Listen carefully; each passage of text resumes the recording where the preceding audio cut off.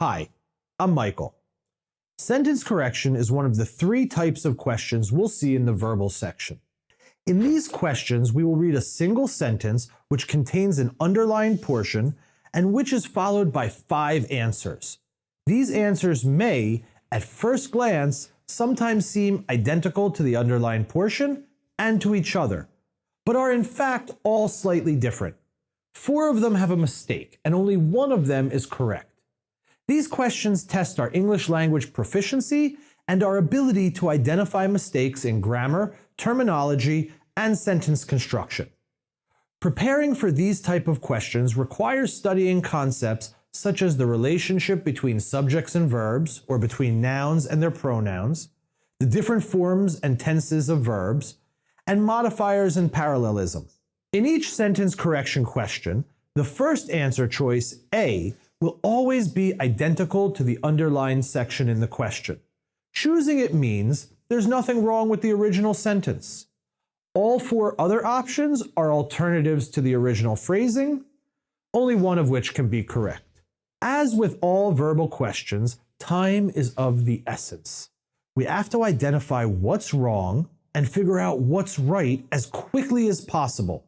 Let's look at some examples, taken straight from the real test, with a special approval from the GMAT. Executives and federal officials say that the use of crack and cocaine is growing rapidly among workers, significantly compounding the effects of drug and alcohol abuse, which already are a cost to business of more than $100 billion a year. In this sentence, we can figure out, just by looking at it, that there's something wrong. The phrase, already are a cost to business, is wrong, since the effects cost business, but they are not a cost in themselves. But what do we do now?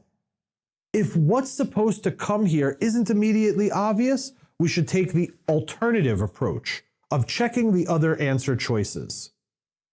B looks good. It doesn't have the problem A had. The drugs are presented as costing, not as being a cost. But unless we're 100% certain that everything is right with it, we should look at the other options as well. C is problematic, since the phrase, already with business costs of, makes it sound as if the drugs and alcohol themselves have business costs, and not as if they create costs. Sometimes, different answers will share certain characteristics, which we can check once and thus eliminate a few answers at once. An example of this is D and E.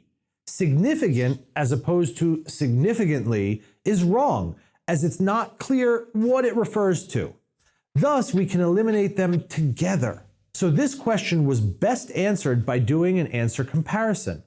But this is not always the way to go with verbal questions. First, because there's simply not enough time to read all of the answers to all of the questions and compare them, even more so if you're not a native English speaker.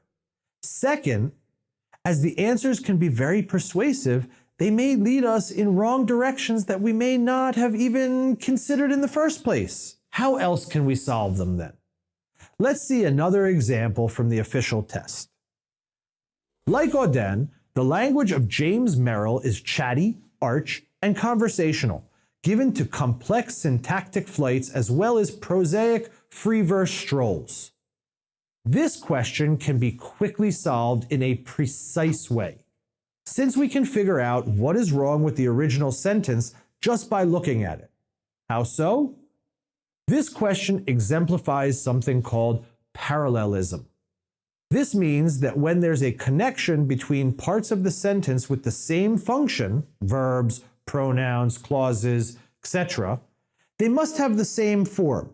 Here, the underlined section makes the mistake of creating a parallel between 2 things which are fundamentally different: a person, Auden, and a language, that of James Merrill. As the rest of the sentence is clearly referring to a language and not to a person, chatty, conversational, syntactic, we know the correct answer must refer to Auden's language. This is exactly what answer choice C does. By adding a possessive apostrophe S, we have a parallel. Sometimes, Correcting the sentence will require we understand its logic. Pause the video and try to solve this question. The world's largest car maker announced that bonuses for its Japanese workers be raised to 2.05 million yen per person, up from 1.77 million yen last year, due to the company's forecast that it more than tripled its net profits this year to 860 billion yen. In this sentence, the company is announcing something that will happen, and thus we need the word will before be raised. Another thing that stands out is that a forecast is, by definition, of something hypothetical that happens in the future. And thus, the forecast must be that this company would triple its profits this year, and not tripled. Taken together, these corrections point to answer E. The bottom line is that, while knowing our grammatical rules is essential for sentence correction, we must still pay attention to logic. Not sure? We'll just compare the answers and see what they say.